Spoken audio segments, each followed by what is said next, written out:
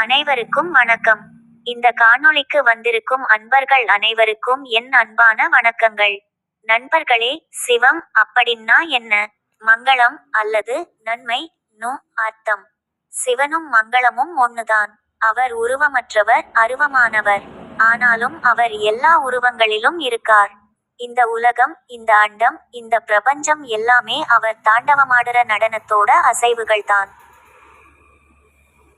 நம்மில் பலருக்கு சிவபெருமானை பத்தி தெரியும்.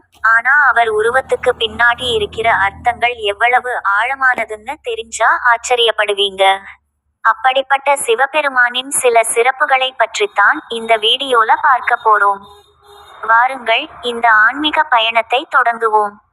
முதல்ல, உலகமே வியந்து பார்க்குற நடராஜர் திருக்கோலத்தை பத்தி பார்ப்போம். நடராஜர்னா நடனத்தோட அரசன். சிவபெருமானின் ஆனந்த தாண்டவம் இந்த பிரபஞ்சத்தின் படைப்பு, காத்தல், அழித்தல், மறைத்தல், அருளல் ஆகிய 5 தொழில்களை குறிக்குது. ஒரு கையில உடுக்கை வச்சு படைப்பை உணர்த்துறார். இன்னொரு கையில அக்னி வச்சு அழிவை உணர்த்துறார். தூக்கிய திருவடி முக்திக்கு வழியை காட்டுது.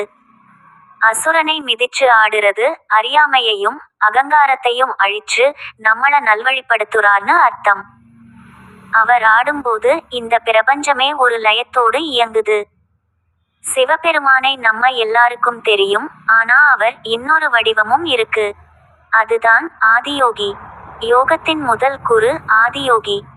இந்த உலகில் யோக கலையை முதல்ல மக்களுக்கு கத்துக் கொடுத்தவர் அவர்தான். இமயமலையில தியானத்துல அமர்ந்திருக்கும்போது அவர் உடலை சுத்தி ஒரு வட்டம், அதுக்குள்ள தியானம்.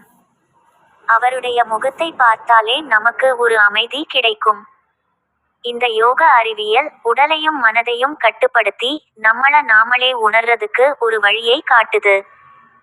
சிவபெருமானோட இன்னொரு பெயர் நீலகண்டன். அதாவது நீல நிற கழுத்துடையவர். ஒரு முறை பாட்கடலை கடைந்தபோது அதுல இருந்து ஆழகால விஷம் வெளியே வந்துச்சு. அந்த விஷம் அண்டத்தையே அழிக்கும் சக்தி கொண்டது. அப்போ இந்த உலக உயிர்களை காப்பாத்துறதுக்காக சிவபெருமான் அந்த விஷத்தை வாங்கி குடிச்சிட்டார். அவர் தன் கழுத்துல அந்த விஷத்தை நிறுத்திட்டாரு. அதனால அவர் கழுத்து நீளமா ஆகிடுச்சு.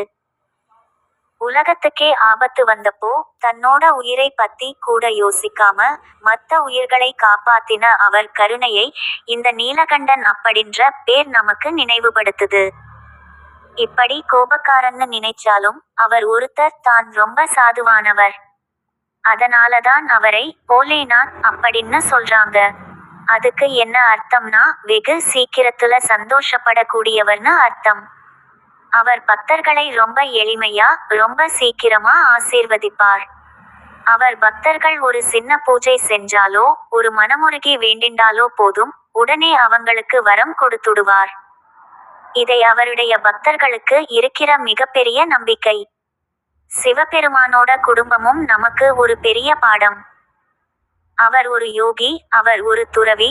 ஆனா அவர் பார்வதியை கல்யாணம் பண்ணிண்டு விநாயகரையும் முருகனையும் கூட வச்சுண்டு ஒரு குடும்ப தலைவனாகவும் இருக்கார். இதுல இருந்து என்ன தெரியுதுன்னா, ஒரு நல்ல குடும்ப வாழ்க்கையும் வாழலாம், அதே நேரத்துல நாம ஒரு துறவு வாழ்க்கையும் வாழலாம். இந்த உலக வாழ்க்கையையும் வாழலாம், இந்த உலகத்துல இருந்து விலகியும் வாழலாம். இதையெல்லாம் அவர் நமக்கு உணர்த்துவதனாலதான் அவர் ஒரு முழுமையான தேவனா பார்க்கப்படுகிறார். கடைசியா, சிவபெருமானின் உருவத்துல இருக்கிற ஒவ்வொரு விஷயமும் ஒரு ஆழமான அர்த்தத்தை சொல்லுது. அவர் தலைமேல இருக்கிற பிறை நிலா காலத்தை உணர்த்துது. அவர் சடையில இருந்து வர்றா கங்கை தூய்மையையும் ஞானத்தையும் குறிக்குது. அவர் கையில இருக்கிற பாம்பு நம்மளோட அகங்காரத்தை அடக்கி வச்சுண்டிருக்கார்னு காட்டுது. அவர் உடல்ல இருக்கிற திருநீரு இந்த உலக வாழ்க்கையின் நிலையற்ற தன்மையை உணர்த்துது. இந்த எல்லா விஷயங்களும் நம்ம வாழ்க்கைக்கு தேவையான நல்ல விஷயங்கள்தான். அப்போ நண்பர்களே, சிவபெருமான் வெறும் கடவுள் மட்டும் இல்ல, அவர் இந்த உலகின் தத்துவம், இந்த உலக வாழ்க்கையின் ஞானம். அவர் அழிப்பவர், ஆனா அந்த அழிப்பு ஒரு புது படைப்புக்கு வழி வகுக்கும். இந்த வீடியோ உங்களுக்கு பிடிச்சிருக்கும்னு நம்புறேன். சிவபெருமானின் இந்த தத்துவங்கள் உங்களோட வாழ்க்கைக்கு ஒரு வழிகாட்டியா இருக்கும். உங்க கருத்துக்களை கமெண்ட்ஸ்ல சொல்லுங்க.